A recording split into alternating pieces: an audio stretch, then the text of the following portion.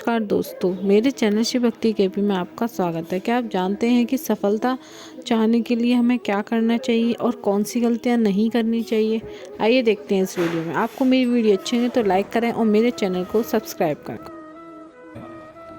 जब सब कुछ भाग्य से ही मिलना है तो कर्म क्यों करें? और अगर कर्म ही करना है तो फिर भाग्य का मतलब क्या होगा? बात अच्छी और प्रश्न जानने योग्य है। हमने उसका उत्तर उनको दे दिया और वो सेटिस्फाइड हुए। आपको अभी नहीं देंगे, ठीक? आपको सफल होने के लिए कुछ चीजें कहेंगे हम। कुछ पॉइंट हैं जिनको आपको अपने जो सफल होना चाहते हैं उनको ये पॉइंट नोट कर लेना ही चाहिए, याद रखें जीवन भर। वैसे तो संसार में सब सफल होना ही चाहते हैं, इसीलिए लगता है कि हम लोग आए भी हैं। सबसे पहली बात, जो मनुष्य सफल होना चाहता है उसे आलस्य का तुरंत त्याग कर देना चाहिए। आलसी व्यक्ति कभी सफल नहीं होता है, ये याद रखिए। और आज हमारे युवाओं में आलस्य कूट कूट के भरा हुआ है। आलसी नहीं है, कूट कूट के भरे हुए हैं आलस में। तो जब आप आलस में रह जाएंगे तो आप अपने समय का दुरुपयोग करेंगे, सदुपयोग नहीं। सबसे पहली शर्त है, जो मनुष्य सफल होना चाहता है वो आलस्य से दूर हो। उसे आलसी नहीं होना चाहिए जो सफलता प्राप्त करना चाहता है।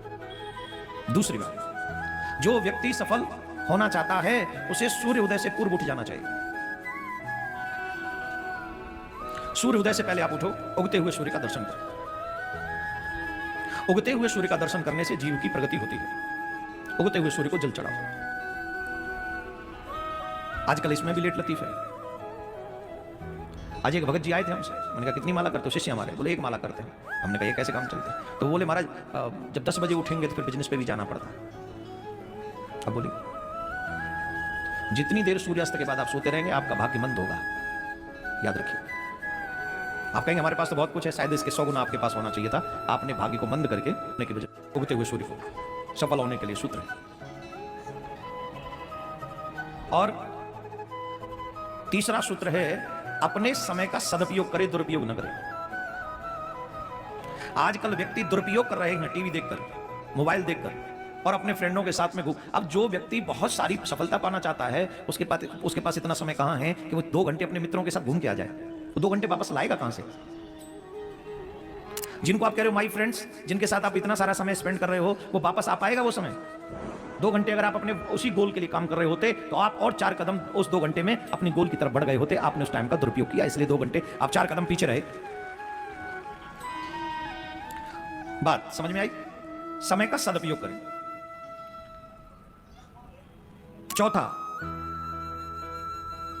चौथा सूत्र याद रखें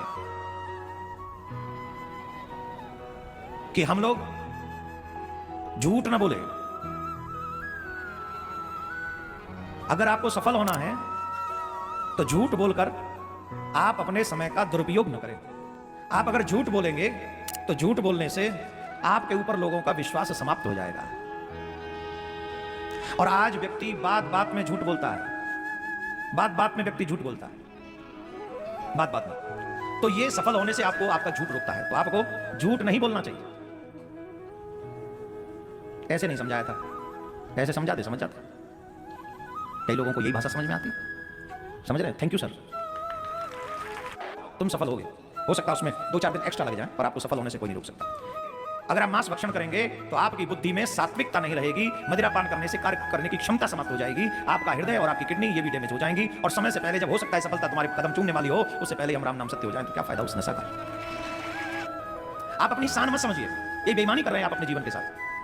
नशा करना शान नहीं है। शास्त्रीय विधान अगर नशा को माना जाए तो ये पाप है। मद्यपान जो है ये बहुत बड़ा पाप है, बहुत बड़ा, छोटा नहीं, बहुत बड़ा पाप। इसलिए युवाओं को नशे के चक्कर में पड़कर अपनी जवानी का दुरुपयोग नहीं करना चाहिए। जो इनमें पड़ा है बच नहीं पाया। इसलिए मद्यपान और मांस भक्षण, इनसे बचना चाहिए। मांस भक्षण करोगे जीव हत्या होगी, और जितनी जीव हत्याएं आप करवाओगे अपने लिए, उतने जीवों की बद्दुआ तुम्हें लगेंगी, और वो बद्दुआएं तुम्हें कभी सफल नहीं होने देंगी, तुम्हें कहीं से कहीं गिरा देंगी। कर्म करो। फिर एक बार बता दूं, सपने वो पूरे नहीं होते जो रात्रि में देखे जाते हैं। सपने वो पूरे